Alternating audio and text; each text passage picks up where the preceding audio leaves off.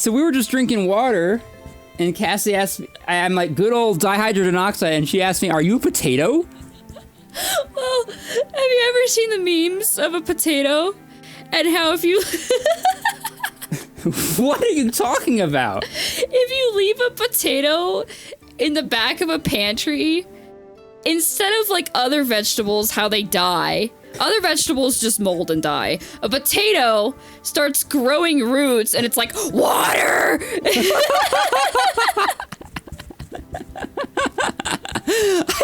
I had no idea what you were talking about. Water! You just straight up called me a potato. That has a very different context than what you were implying. It's like, are you a potato? What? You're like, because potatoes are like, where's the water? Holy crap. Well, okay, what did you think I was implying? I had no idea, because like when you say potato, I just think of a round vegetable. A round, fat vegetable. So like a couch potato, like the context of being lazy? Or like a potato in the context that Cheeto is. Oh, like being fat? Or... Yeah, or like, yeah, we're just existing as a round thing. Okay, potatoes shouldn't always be considered bad, okay?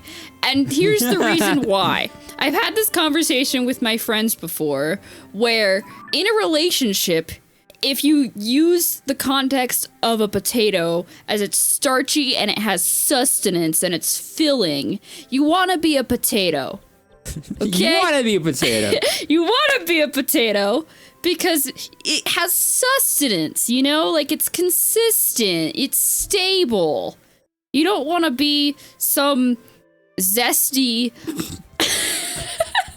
That came out weird. That did come out weird. Yeah, you don't want to be zesty. It's okay if you're zesty, but yeah, it's okay if you're zesty, you're cool with us. Yeah, it's okay if you're zesty. What I meant to say is you don't want to be some sort of all over the place bipolar vegetable. What would be a bipolar vegetable? What would be a bipolar vegetable? I don't know. You just kind of said that, and now we're like, what's a bipolar vegetable? I don't know what a bipolar vegetable is. Are you okay? Are you mentally well? Maybe not. Anyway, welcome to Podblivion. We've been, You're a potato. You're not. You're not a potato. If you're listening to this, don't listen to Cassie. You're not a potato. Anyway, this is my sister Cassie. She's my co-host, as always. And I am Void. This is Podblivion. This is a video podcast, sort of a fun little thing we do here in Voidblivion. Typically, I do like, you know, more game-focused stuff. I am playing a game, but the focus is not the game itself, but rather the discussion. This is kind of a backdrop. This is a video podcast where, you know, I'm playing the game, but the things we talk about are kind of like, you know, oh, this is not a good place to be, are kind of like, you know, nerd-focused. We talk about gaming culture, but more importantly, nerd culture. A lot of like, you know, do you like fictional worlds? Do you like talking about them? Do you like lore? That's us. Yeah, that's what we talk about. That mainly. Sometimes we do little tangents like potatoes. That's apparently a thing now. Yeah. We typically have a different topic each episode. This episode is not potatoes. Just gonna clear. It's not potatoes. Well, this isn't much better. So I was thinking about like the different, like, you know, kinds of stuff that we could talk about. And since I realized recently that we seem to have really interesting conversations about just fictional worlds and all the little details within them, I kind of started thinking about that kind of stuff and like, okay, well, what's something I could bring to the table? So I've been doing this thing that I don't normally do. It's called reading. It's called reading. Yeah, reading, you know, reading books. I've been wanting to get into, you know, back into reading books because, you know, there are many good ones. And I honestly, the books that I prefer the most are science fiction and fantasy. Makes sense. I love those. They're great adventures, very different worlds to explore. And, you know, for my birthday this past year, I got a collection of books by an author called, well, you guys may have heard of him, H.P. Lovecraft. The creator of a character called Cthulhu, which is sort of an elder god from the outer realms or whatever you want to call it, and really cool. And I was surprised that you knew, like when I showed you the book the other day, you recognized the word Cthulhu. Yeah. But yet when we were playing Night in the Woods, you didn't know like what Eldritch or Cosmic Horror was. I think that's because I'm not familiar with Cosmic Horror. Okay. However, I have heard people say the word Cthulhu before, and visually I've seen the word before, so I know when I saw that string of letters put together, I knew how to pronounce it. Okay, all right. So yeah, I'm interested in Lovecraft's work, so I actually started reading, and I got this book collection that I got for my birthday last year, and it's a collection of 6 books. I don't know if the stories are necessarily in order, but the books seem to be grouped by common theme. And so the first book was kind of just like his experimental phase. Like, he didn't start with horror off the bat. He kind of just experimented around a bit. He did a little bit of everything. And, but horror is where he just kind of stuck with that. And also, surprisingly, fantasy. Like, that was actually a bit of a pleasant surprise. I know, like, we all know Lovecraft because of his horror and the various eldritch gods he's created that haunt the mind. But to my surprise, he actually, it turns out that he created a world that sort of encompasses these various things. And yes, he's got a bit of some of his, more horrific things, but also it's just kind of like weird fantasy when it's not being scary. It's like he's just like coming up with all this unique stuff. He's not doing elves and dwarves. He's doing like zoogs and cats living on the moon. And it's just it's very interesting. It was a pleasant surprise. So I actually have the books here. They are very nice looking books. They're pretty. They are very pretty. We got Macabre Tales, his experimental phase. He's got there's a few stories in here that actually kind of fit his style, like what I expected. And you see Cthulhu is on the cover here. Yeah. But he's not actually featured in the in any of the stories. And then there's the Randolph Carter Tales. Ooh. And this is where it actually starts cooking. Okay. Because this is where the Randolph Carter Tales, that's where actually he starts to like lay down his world building and his whole mythology that he establishes. Yeah, I was very and I know this is not something you can contribute to as much. Yeah. But I just wanted to bring this up because there was world building. Potent world building. God damn it. That here we go again. World building that I was not expecting, and yet I got it anyway. But yeah, just I kind of was wondering if maybe this could be like a conversation for this episode. Like either H.P. Lovecraft or just Lovecraftian horror in general. Like how, Cassie, just to bring you into the conversation. What's your experience with you've had I know you've had limited exposure, but what's your idea of what Lovecraftian, what cosmic eldritch horror, whatever you want to call it, what's your idea of that? Absolutely nothing. You have no idea at all. No idea. Okay, that's fair. I'm not familiar. It's one of those things where people talk about it in passing conversation of oh yeah, H.P. Lovecraft, oh yeah, this and that, and blah blah blah, but I've never really gotten into the nitty gritty of it, and I have no clue about any of the anything. Any of the anything. Any of the anything. Yeah, okay. At least with Greek gods, for example, when we've talked about Greek gods, I have some inkling of what those stories are like because plenty of video games, TV shows, movies, whatever. Absolutely. Incorporate Greek gods into their storytelling. And the stories are pretty consistent across the board, so I have an inkling of what those are, even if I've never actually read the original source material. Right. Well, I mean, I don't think anyone's read the source material. Yeah, that's true. It was oral storytelling, if I remember correctly.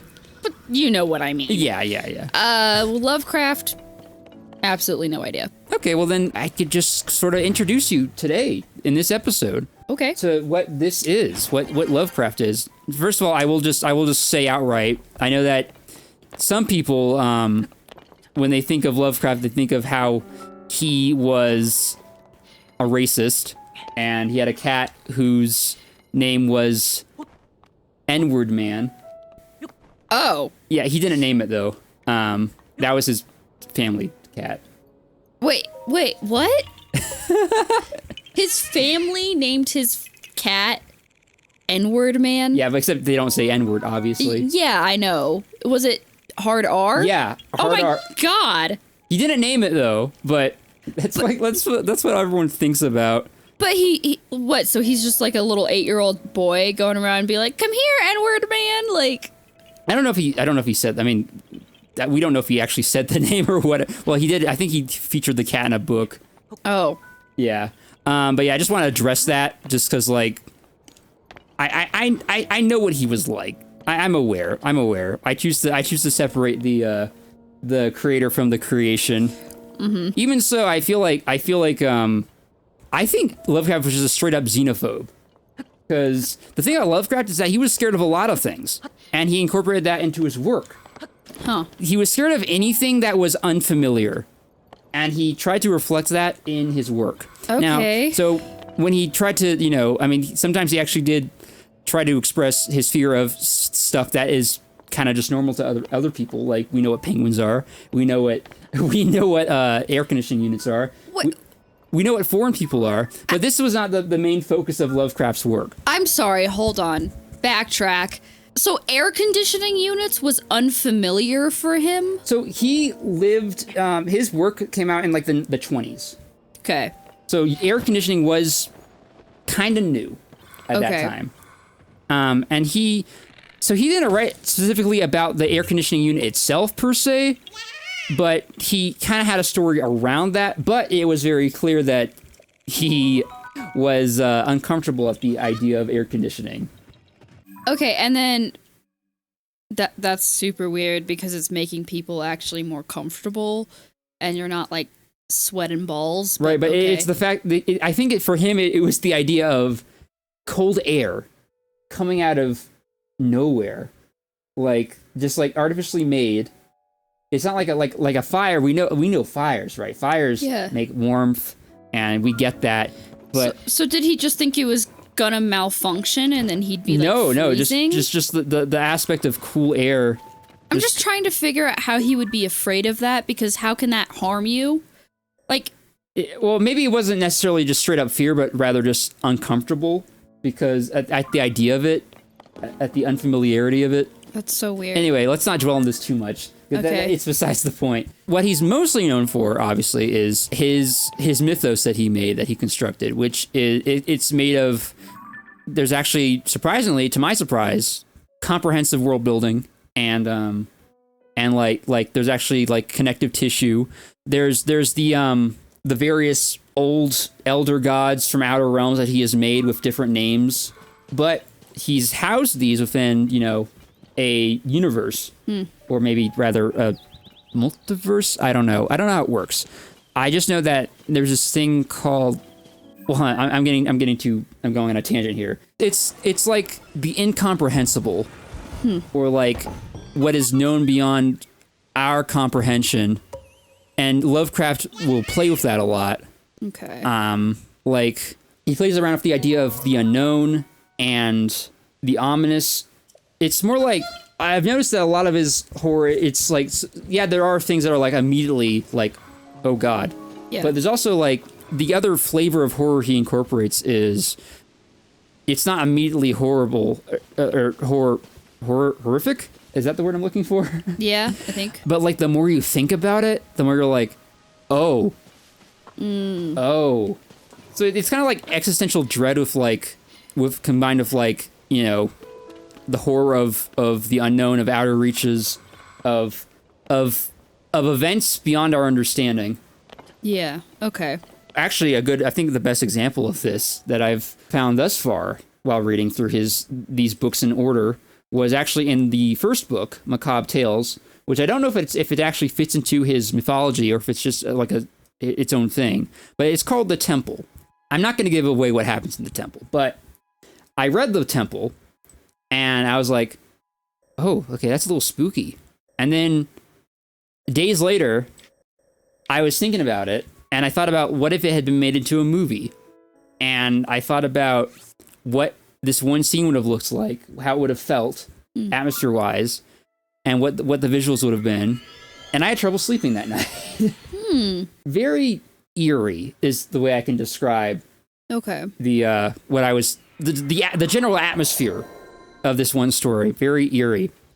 So, can you describe it as, like, there's an initial discomfort, and it's eerie, and it kind of puts you on edge, but it doesn't exactly trigger fight or flight mode, like, immediately? Yeah, like, if it's more of, like, if he's exploring more of the, like, idea of not a monster, but, like, a concept, like, outside of immediate comprehension.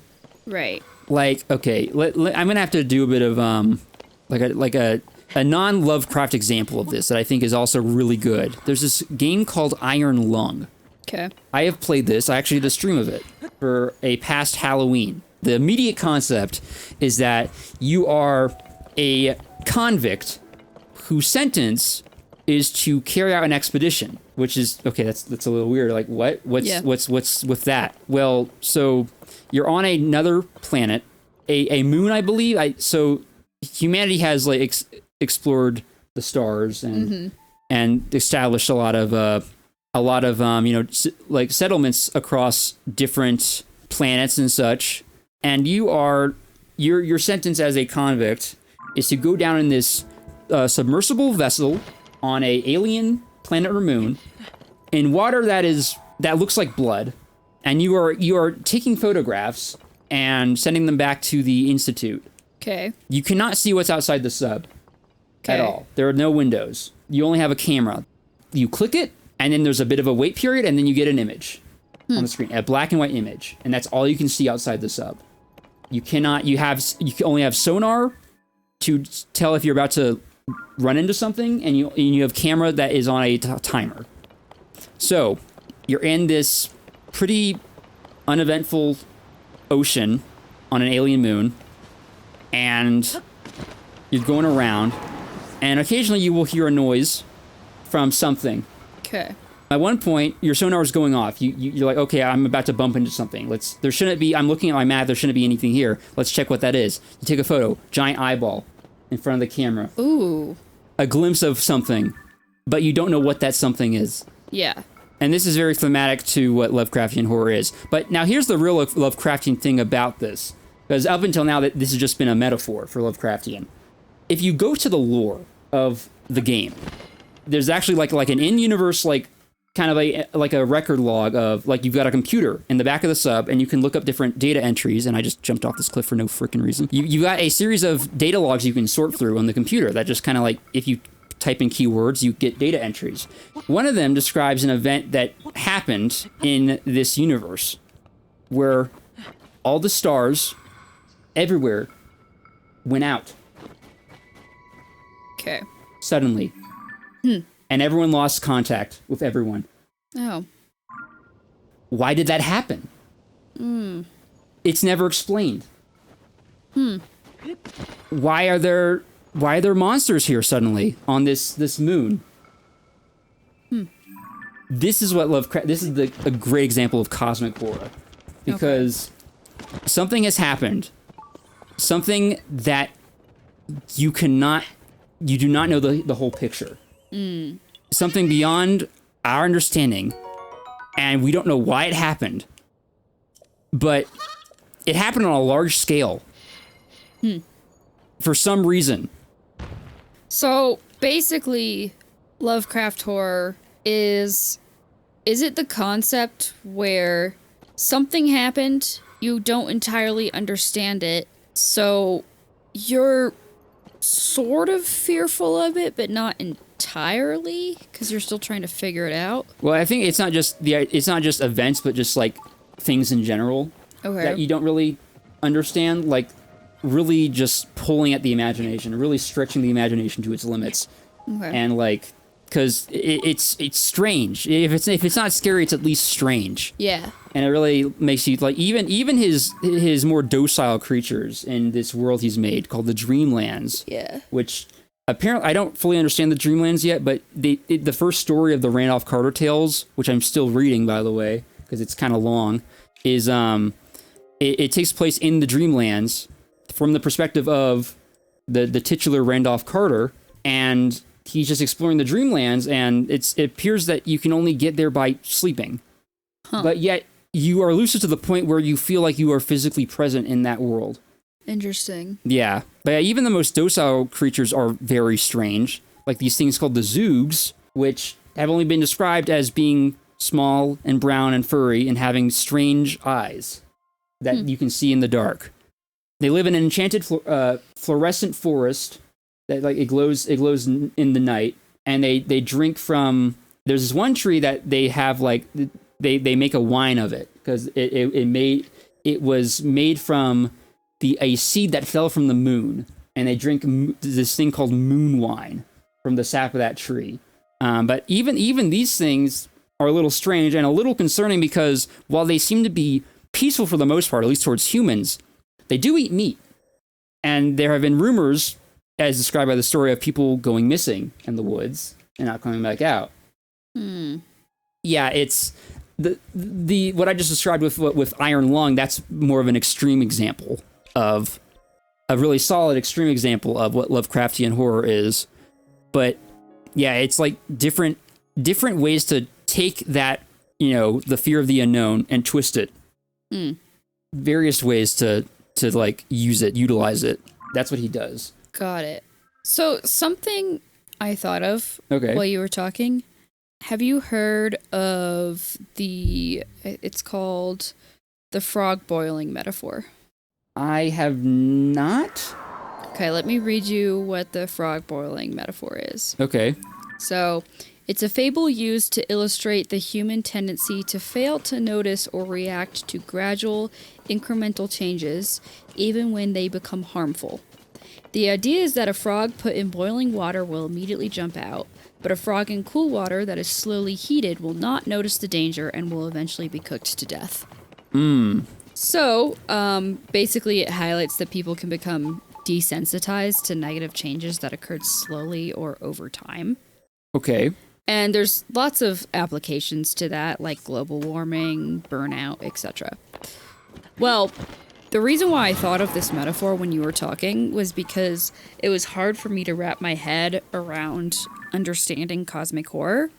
Right. But I thought of the boiling frog metaphor because it sounded, at least to me, like a lot of what you were saying related to the fear of the unknown. Yeah. Kind of relates to not recognizing immediate danger. In some cases, yeah. Like, is that kind of what it is, or? I mean, I don't know. I think it's I don't know. Like, it's unsettling, but it's not like making you immediately run away because you don't quite understand it. Well, so going back to the example of Iron Lung, for me, that is immediately concerning to know that all these stars in the universe just went out. Right. Like, why did that happen? But you're not in imminent danger. You're not in imminent danger, but that's still, like, I mean, you think about that, right? I guess. It's something caused that.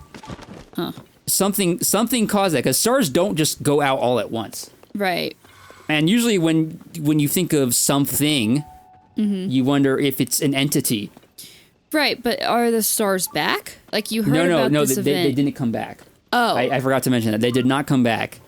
So the stars went out.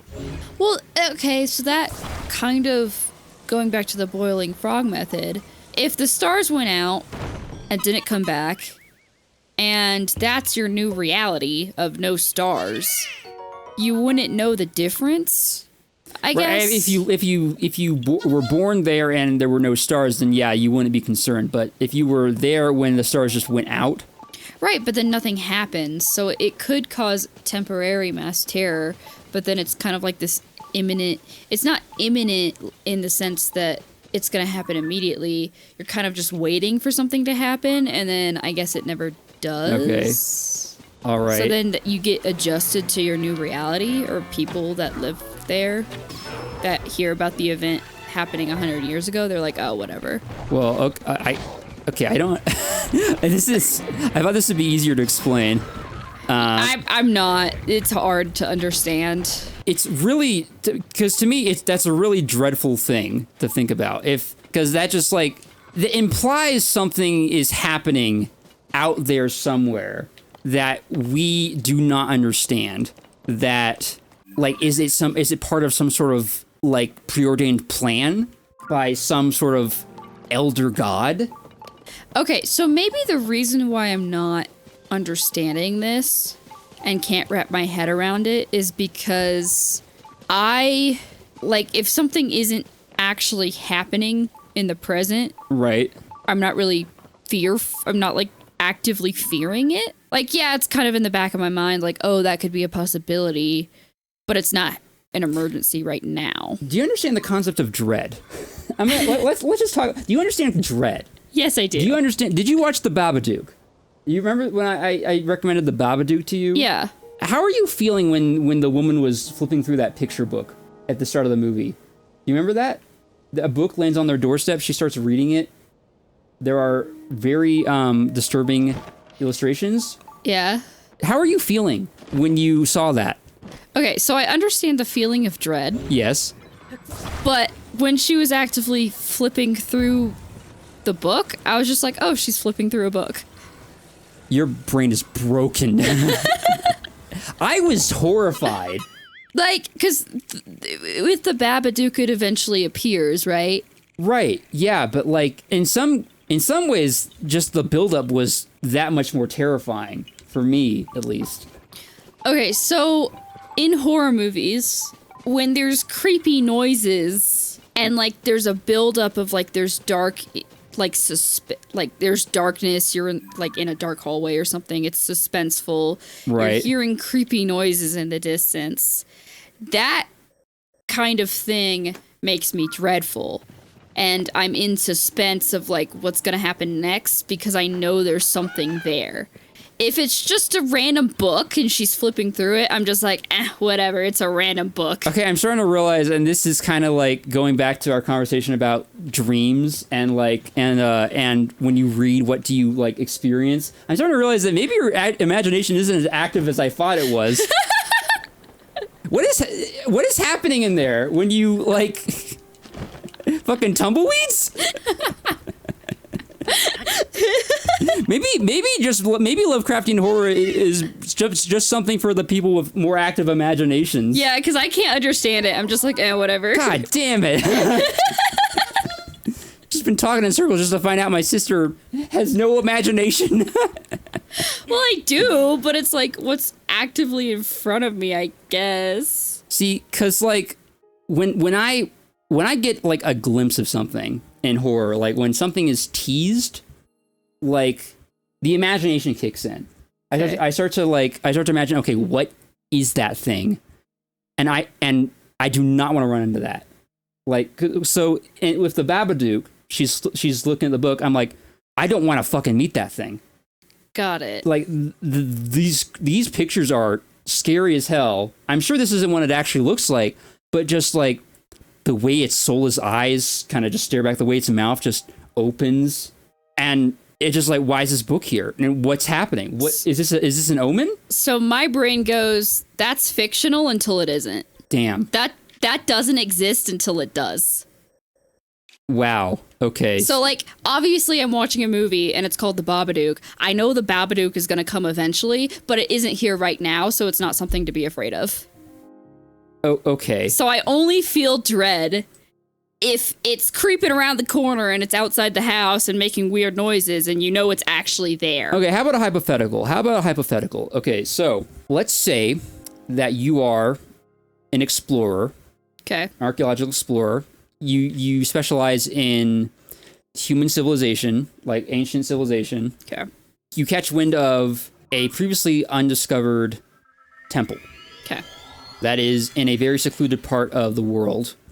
It could be like, I don't know, just think of like, it could be under the ocean, it could be in the mountains, it could be like deep in the woods, deep in a cave. Okay. Let's do a cave, okay? Cave. It's in a cave. So you have to do this big splunking expedition to go find this temple. So you get down there, and you find carvings of a god unlike anything you've seen before. Mm-hmm. It doesn't look humanoid. A lot of gods in our prehistory have had humanoid features, like Zeus, Greek gods, even the Egyptian gods. Right. They were humanoid even if they had animal heads. This does not look like that. And you're like, oh well, okay, they were different. And you see, but it's a very good depiction of this thing. It's very detailed. Let's say it has like giant claws and multiple arms. And so you keep digging, you find all these weird things down there, like nearly alien things, very strange. And you come across this giant cave. A giant cave. It's so you can't tell where the other side is. Like you haven't turned on the floodlights yet, but it's like a yawning abyss. Mm-hmm. It does not seem like something a cave this big should be here. Right. Because you turn on the floodlights, and that god that you saw is in that cave. It's dead, but it's in there. Mm. Which means it existed. Okay. At one point. Okay. And that kind of betrays all of your knowledge leading up to that point. Okay. So how'd you feel about that? Wouldn't you feel like some sort of dread? Like thinking about where that thing came from and the fact that something like that could exist? So I guess with the actual image of the thing with the claws and whatever, when I'm like looking at all the drawings and stuff, when you were describing that, I wasn't feeling dread. Right. I was like, oh, like my first thought would be, this is cool. They have some sort of, maybe this is a hieroglyphic kind of deal. Like they have some sort of different language or, whatever. Mm-hmm. I figure out that it's some sort of god that they worshipped. But until I saw the actual thing in the cave, I wouldn't just assume that it existed. Right. And then you get to the cave, and you see the big cave, and you turn on the floodlights, and you see the actual thing, and at that point, you're like, oh, like, thank God it's dead, because that would be scary if it's alive. Yeah, but it did exist at one point. Right. And it's colossal. It's huge. Mm-hmm. It defies anything that we knew about our world, like leading up to modern day. Right. So, and the human like the carvings made by people were just build up to that. Mm-hmm. You wouldn't necessarily. I understand if you don't necessarily feel dread at that point, but when you see those remains of that thing, I guess I would be temporarily scared in the sense that until I know that it's truly dead, it's not just sleeping, I'd be like, oh God, like, what is this thing? So you want to, but even if it was, you wouldn't be scared by the fact that this thing was alive at some point and that it was like, it existed. Yeah, I don't think I would, being honest. And the reason why is because once I figure out that it's dead and it's not a threat to me actively, I'm no longer feel fearful. I'm like, okay, we're all good. And then at that point, I'd probably start being curious about it in the sense of like, oh, let me dissect this thing. Let me figure out how the organs work, etc. Okay, I'm gonna enhance the hypothetical a little bit. Okay. We're gonna take this a little further. Okay, so what if you go back to those ruins, and you find some handprints, and you discover that the handprints are actually they look a little odd. They are webbed Okay. handprints. Okay. So that implies that the ruins were not made by people, at least not human people. And so that means that there was another sentient race worshipping this thing, not human. Okay. All right. No reaction. Okay. What if years pass and you get you did a lot of research on this stuff and you've devoted your life to it. Years pass and then you get an email from someone and they say you need to see this, and you get a photo that they took of something that looks like a fish man alive.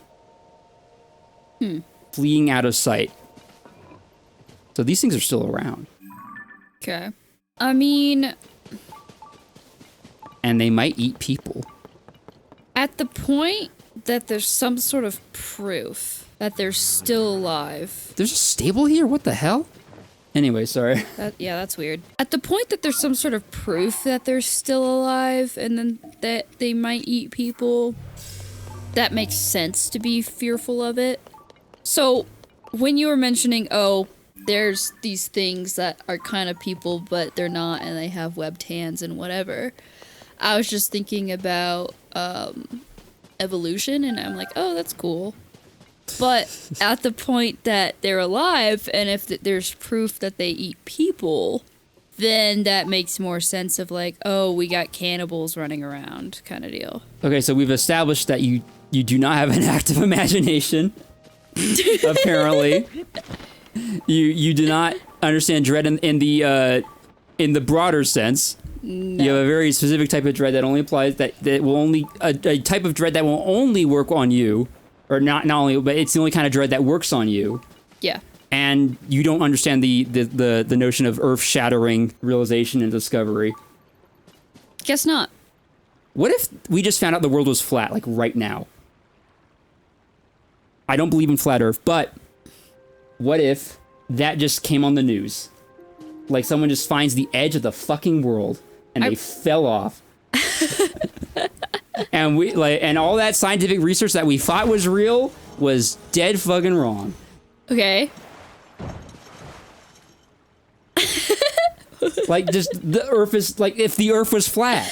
I feel like that's literally earth shattering. If the Earth was flat, I'd be like, wait, what? Like I wouldn't understand it, and I'd be like, wait, can we go? Like I want to see. Like you wouldn't be like terrified?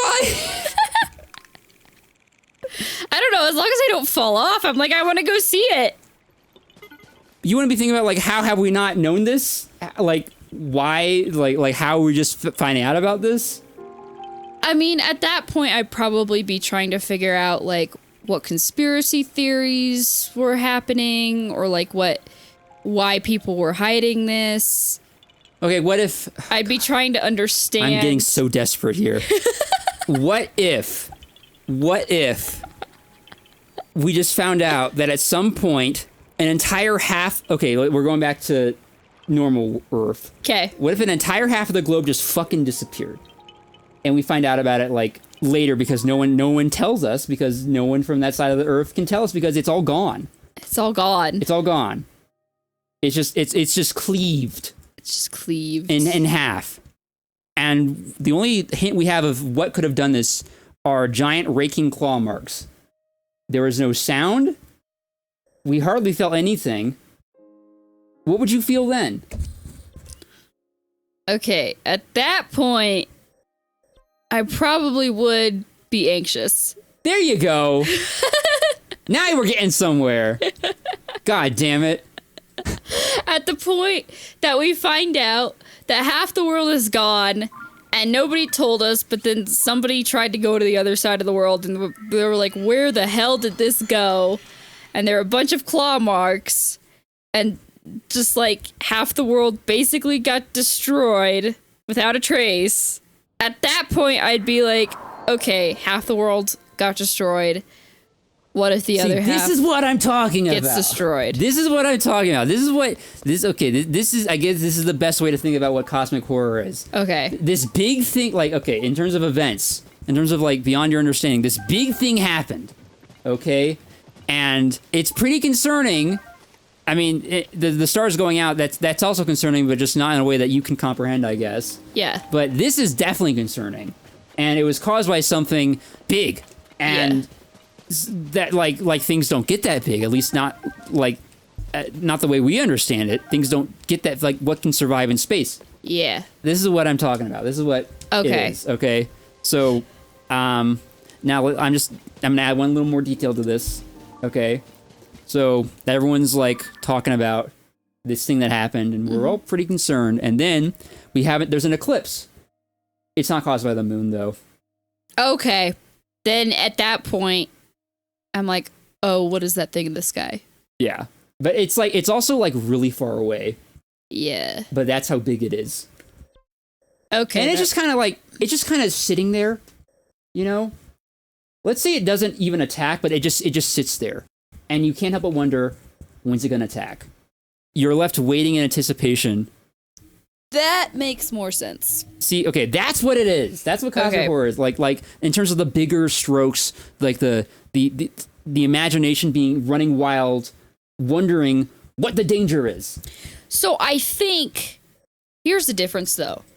I think with that example of half the earth got clawed and then there's something just basically floating there in the sky and causing an eclipse.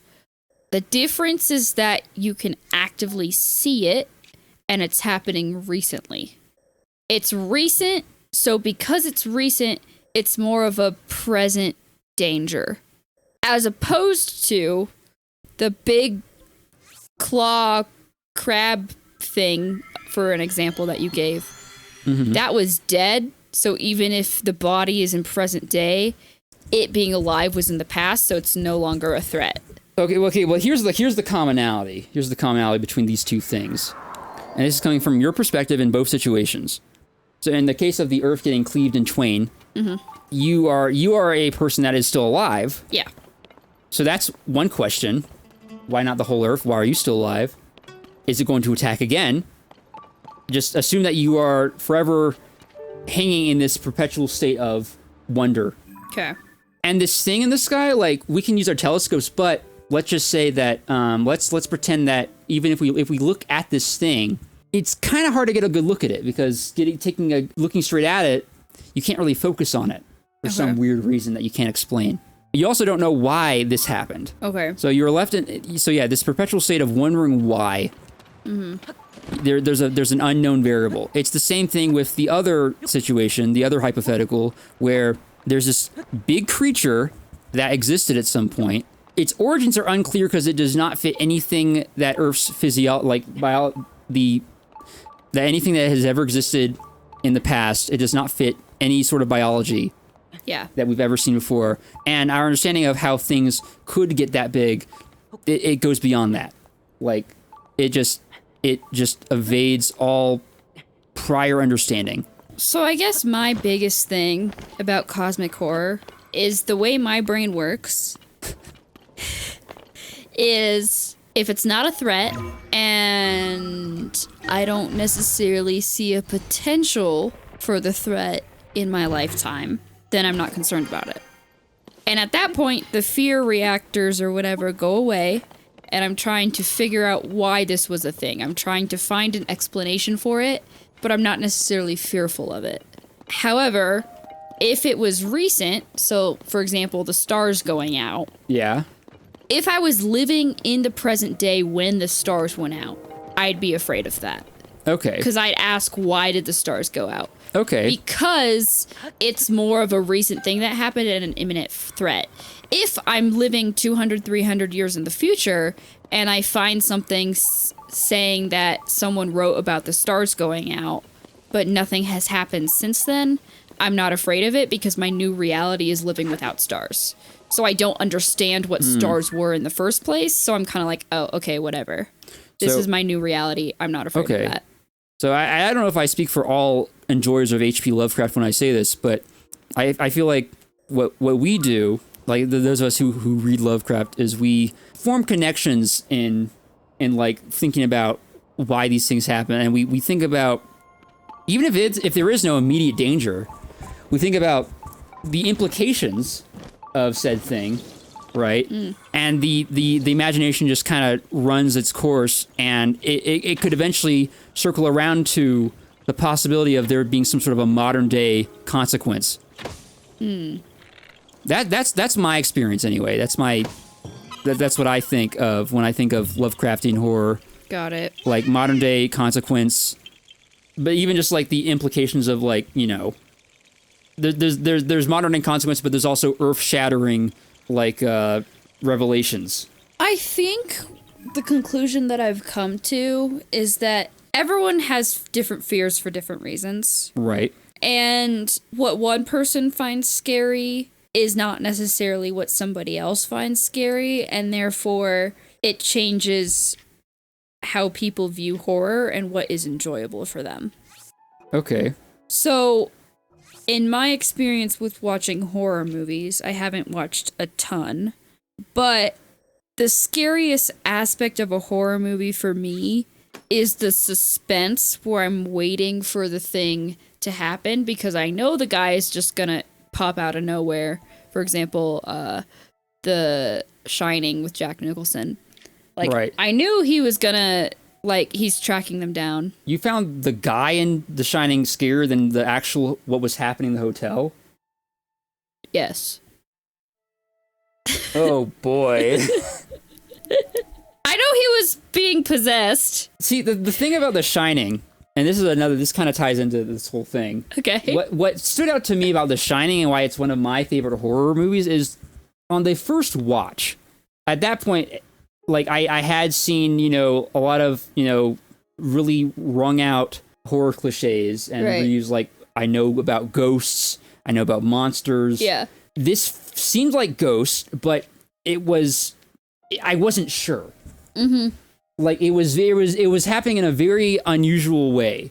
Okay. And why it was happening was also because usually with ghosts you have like one entity. Mm-hmm. It was the whole hotel though. Right. And it at first it was like, okay, is it the one guy? But then it was like all these things across the hotel, and it just seemed to be the location itself. And I was like, why is this happening? Mm. And it was that mystery of like, what the hell? Yeah. But for you're like, oh yeah, they're just the guy with the axe. So like anything that's happening that could directly harm the main characters is scary. If the ghost itself can't touch you, damn, dude. Whatever.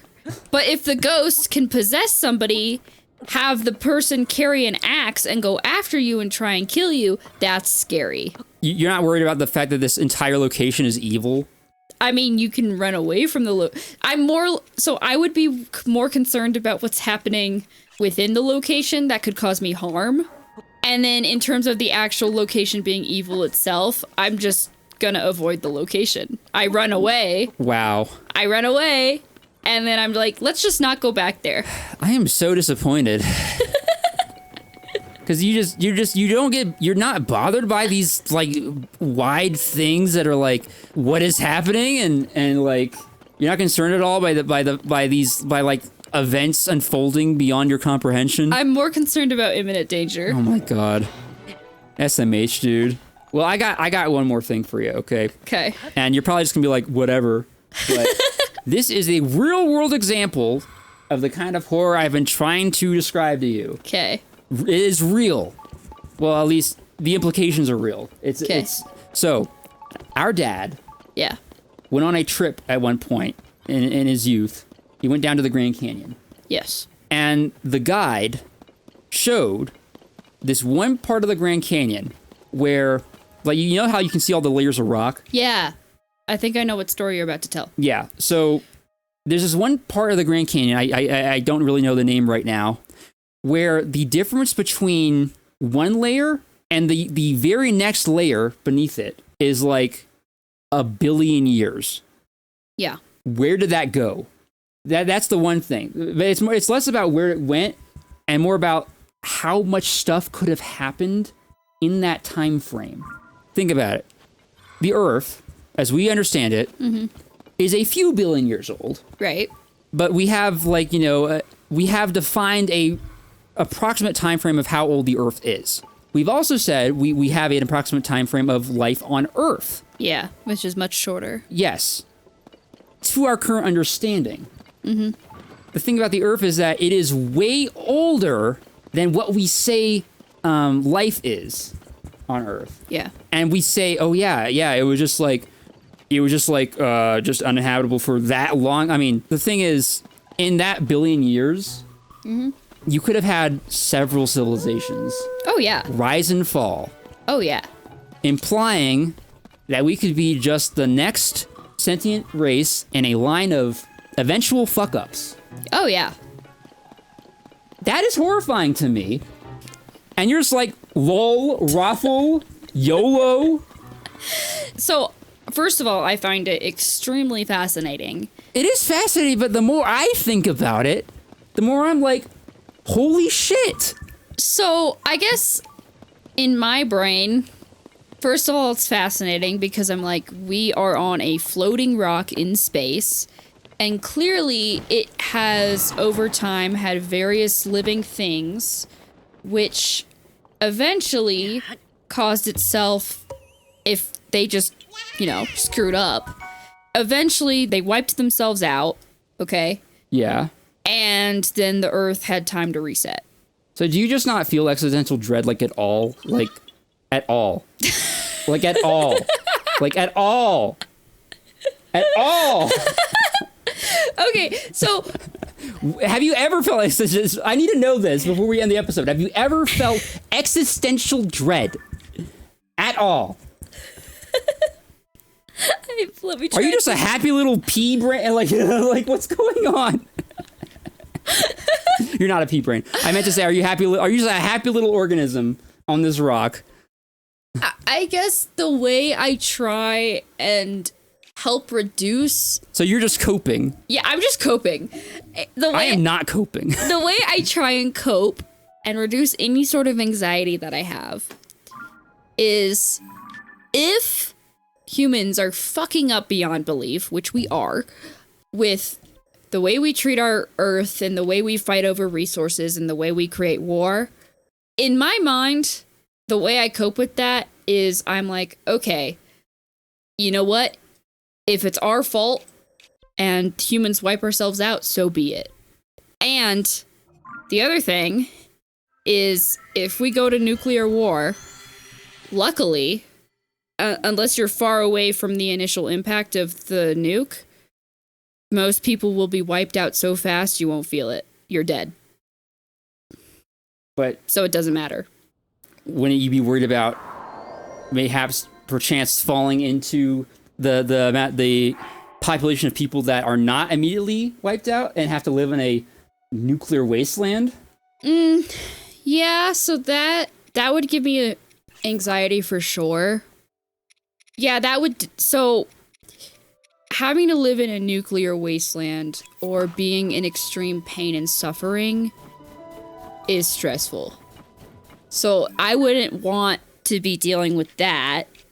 But I guess in my brain, I'm like, hopefully I would be in a situation where I just die immediately, pretty much. See, you can hope for that, but there's no guarantee that's going to happen. I guess. And you don't even dwell on that fact. Yeah, I try not to, I guess. I guess that's how I cope. You try not to dwell on the fact that if it's only a small possibility, if it's only a small likelihood that you don't get wiped out by a nuke, then why dwell on the 1% possibility? Damn, you're just too happy. Okay. I'd rather deal with the here and now and the bullshit that you have to deal with in everyday life, you know? Right. I mean, I'm the same way, but I also I'm not immune to like existential dread. Wow. I'm gonna be real before we wrap this up. I think this has to do with the fact that we had that conversation a while ago where we think differently. I think in words and have an internal monologue for my life. Yeah. And so, because I have that internal monologue, I don't think in pictures. And you, on the other hand, were talking about how you think more in pictures. You have a little bit of both. A little bit. But you think more in pictures. As I've been reading, I've realized that I don't get I try and, as I'm reading like a description of a location, yeah, I can, when I read each word, that will I will add that as a detail But even a more detailed description, and Lovecraft is not as detailed as a Token is. Yeah. I will still need to, I will not immediately get the picture until I read through everything. Then I go back and I'm like, okay, so it probably looks like something like this. Yeah. But it starts to like form, and I can only use what I have with the descriptors. Yeah, you can't add details by yourself. Yeah, I mean, I can kind of like, if you add enough, then I can kind of be like, okay, so you're describing like a glittering city. You're describing marble, fountains. I'm picturing something kind of like ancient Greece. And then that's where I start to fill in like the gaps. Yeah, so I have to have an equivalent to it. And sometimes Lovecraft will, he just has broad strokes because what he describes is meant to be very unfamiliar. Right. So for me, for example, let's say I am reading a book and there's a character and they're like, oh, they have like darker skin, chocolate brown eyes, black hair, some sort of general description. What I actually do to fill in the gaps is I try and think of a person familiar to me. For example, celebrities. Celebrities are in the media all the time. You see their face all the time. You know what they look like. So I might actually picture a celebrity when I'm reading the book, but it's not like it's the actual celebrity doing the actions of the character, but I just imagine that specific celebrity with the personality of the character doing the things and whatever. But yeah, maybe it's harder for me to imagine stuff because I think in terms of a monologue versus you don't. So due to that, I need to work with what I have that's in front of me. So like I can sort of imagine stuff, but it's hard. I guess I'm just more of a right-brained person. You're more of a left-brained person. That could very well be. Yeah. Well, I still recommend Lovecraft as fantasy, even if the horror doesn't stick with you, which is disappointing. Yeah, I mean, maybe the stories itself would be interesting to me, but the horror probably wouldn't stick with me. So if I was trying to read it in terms of horror, it probably would not be my cup of tea. But if I was reading it in terms of just like storytelling, cool. Okay, here's one more thing. This is more like, it's kind of like Fear of the Unknown, but it's a blend of Fear of the Unknown and immediate horror. So there's a creature, and I don't know how to pronounce its name, but it has never been seen by anyone. Mm-hmm. But people do know it exists because in bone piles, like there are in places where there are large bone piles, they can hear rustling. And they know from consistency that is the same species rustling around in those bones, but they live in the dark also. They don't really come out of the bone piles unless it's like pitch black. And the protagonist, he narrowly escapes one because someone lowers down a ladder into the depths that he is dwelling in, or not dwelling, but like, you know, he's trying to get out. And the rustling, he starts to hear the rustling in the distance, and he's like, okay, I gotta get out of here. So he starts climbing the ladder, and he is 20 feet up the ladder when something brushes against him. Slimy, and it's repeatedly convexing and concaving against his side. And it's like writhing. Yeah. And he does not know what that is. He cannot see it. He can only feel it. That would be scary. Yeah, okay. So you can relate to that at least. I can relate to that. Like, there's been times when, you know, I'm sure everybody's experienced, like, for whatever reason, a lot of parents decide that, let's go camping with our children. It'll be fun. And then you go camping and you're in the dark and then you feel some creepy crawly on your leg. Yeah.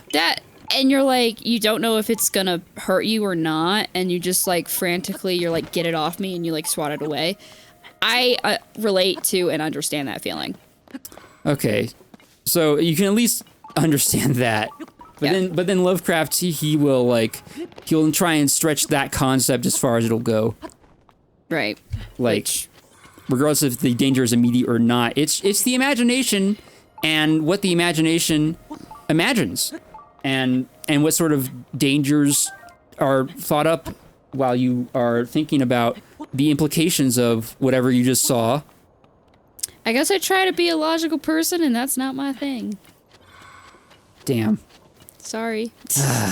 Well, I got at least one person out there that I know likes Lovecraft. Okay. So, my college friends do. My recent online friend does. So, yeah. Anyway, I'm disappointed. Let's wrap up this episode. Yep. Thank you everyone so much for watching or listening. This has been Podblivion, and please, if you want more of this or my other stuff, leave a like below, and don't forget to subscribe. We'd really appreciate it. Join the Void Watchers. I do have, I think I should mention, because I don't really mention it often, that I have memberships available for this channel. You can check those out. And if you want this in your subscription feed, just hit notifications on. Get notified of when I upload these things, or when I go live, because I do both. And yeah, we will be recording one more of these, I think, today. But Probably. that for you guys, that'll be either a week or 2 weeks from now. But yeah, it'll take a while, but these are kind of long, so it'll be worth the wait. All right, so with that being said, until next time. Goodbye.